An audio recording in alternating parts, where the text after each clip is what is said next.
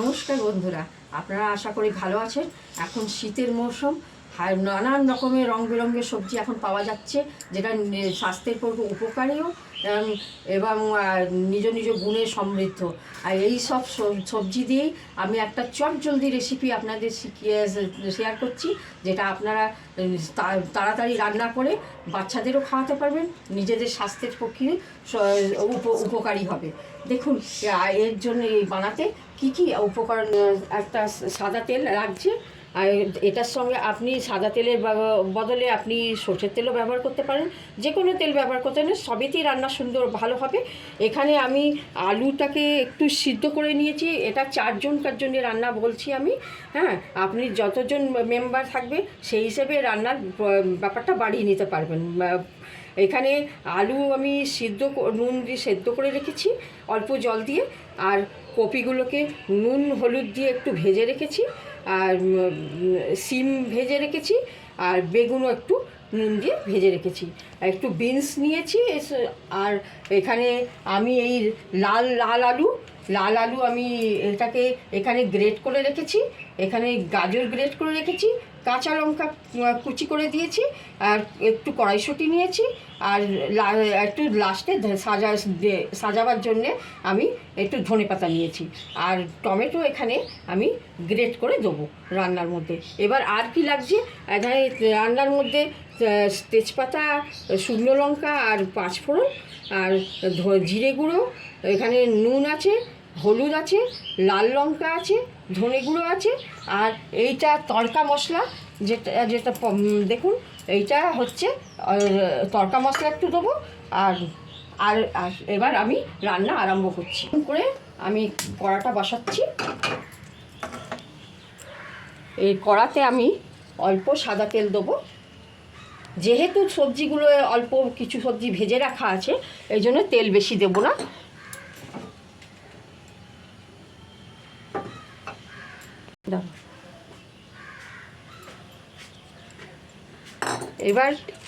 এবার তেলটা একটু গরম হলে এর মধ্যে আমি একটু তেজপাতা দেবো, 2টি তেজপাতা দিয়ে দিলাম, 2টো শুকনো লঙ্কা ফোড়ন দেবো, আর 5 ফোড়ন দেবো, অল্প 5 ফোড়ন দেবো। একটু নাড়াচাড়া করব, গন্ধ ছাড়লে তখন এর মধ্যে আলুটা দেবো।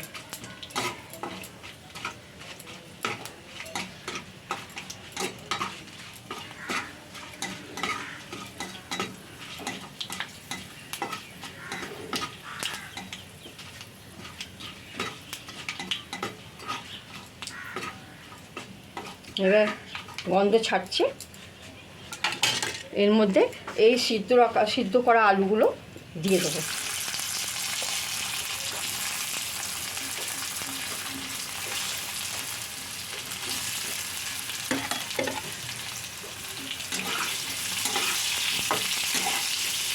রান্না করার সময় আঁচটাকে আমি মিডিয়াম হাই ফ্লেমে রাখবো। যেহেতু এগুলো একটু নুন দিয়ে করা আছে, নুনটা মাপ মতনই আমি দেবো রান্নাতে।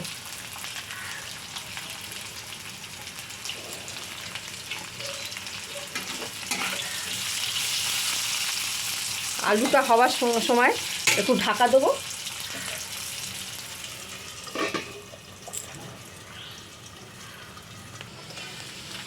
দু মিনিট পরে ঢাকনাটা খুলে আলুটাকে একটু নেড়ে নেবো, একটু ভাজা ভাজা হয়েছে।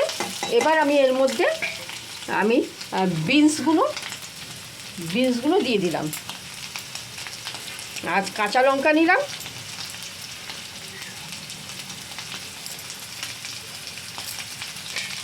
একটু নেড়ে নিলাম। এবার এর মধ্যে এক ইঞ্চি আদার টুকরো আমি একটু গ্রেট করে দেবো।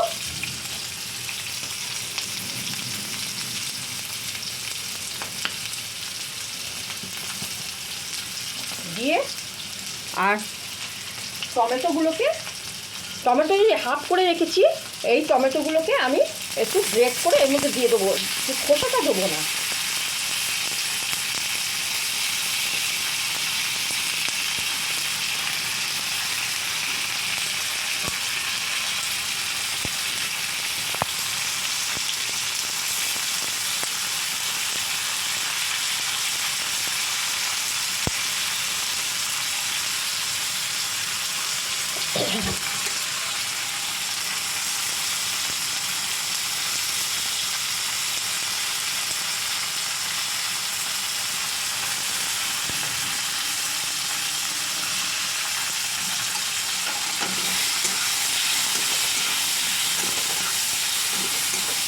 একটু নাড়াচাড়া করে এর মধ্যে আমি অল্প হলুদ গুঁড়ো,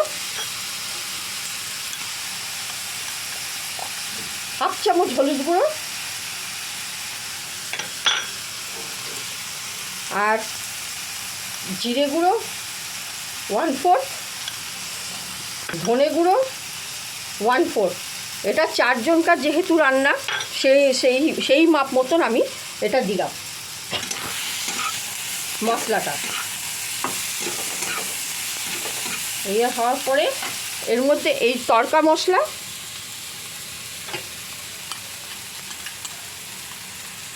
ওয়ান ফোর্থ তড়কা মশলা দিলাম।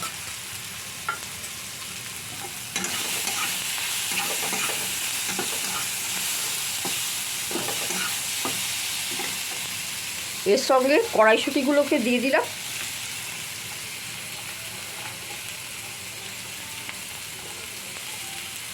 মিডিয়ামটাকে, ফ্লেমটাকে একটু মিডিয়াম রাখলাম।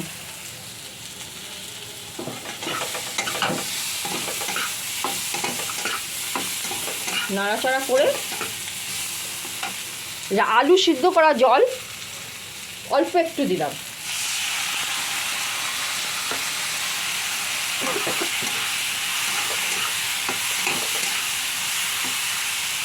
এবার এই যে লাল আলু আমি গ্রেট করে রেখেছিলাম সেটা দিয়ে দিলাম, গাজর দিয়ে দিলাম।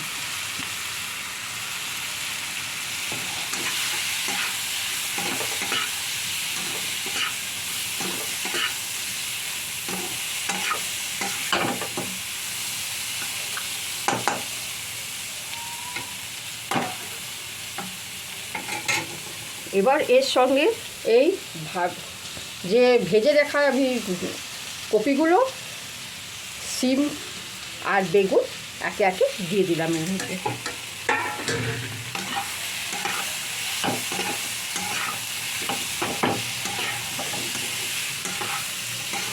যেহেতু আমি কাঁচা লঙ্কা দিয়েছি এই জন্য আমি লাল লঙ্কাটা একটু কম দিলাম। আপনারা যেরকম হিসেবে ঝাল খাবে সেই রকম লাল লঙ্কা দিয়ে দেবেন।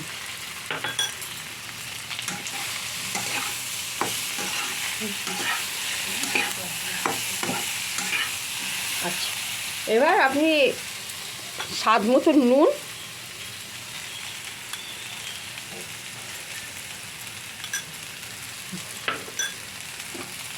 দিয়ে একটু নাড়াচাড়া করবেন।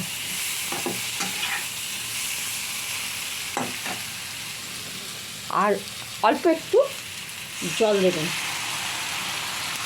বেশি জল দেওয়া চলবে না, অল্প, যেহেতু মাখো মাখো রান্নাটা হবে। শুকনো ভাত আর রুটি পরোটা দিয়ে এই তরকারিটা খেতে পারবেন আপনারা, দারুণ খেতে।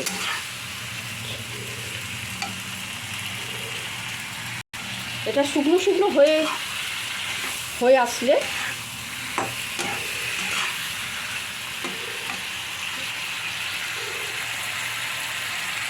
দেখুন এটা শুকনো শুকনো হবে, রঙটা দেখুন কী সুন্দর এসছে, এটা আপনাদেরও আসবে। আর লাস্টে এটা যখন ওই জলটা একটু শুকিয়ে আসলে তখন একটু গরম মশলা ছড়িয়ে দেবেন আর একটু ধনেপাতা কুচি দিয়ে নামিয়ে নেবেন। একটু নাড়াচাড়া করে নেবেন ধনেপাতা কুচি দিয়ে।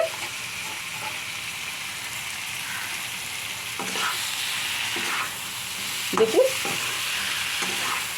এটা তরকারিটা হয়ে এসেছে, নাড়াচাড়া করে নামিয়ে নেবেন। আমি গ্যাস অফ করছি।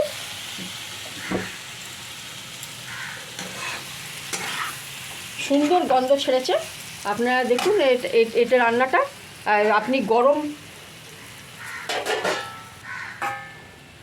ভাত আর পরোটা বা রুটি দিয়ে আপনারা এইটা খেতে পারবেন। এবার আমি এটা পরিবেশন করছি।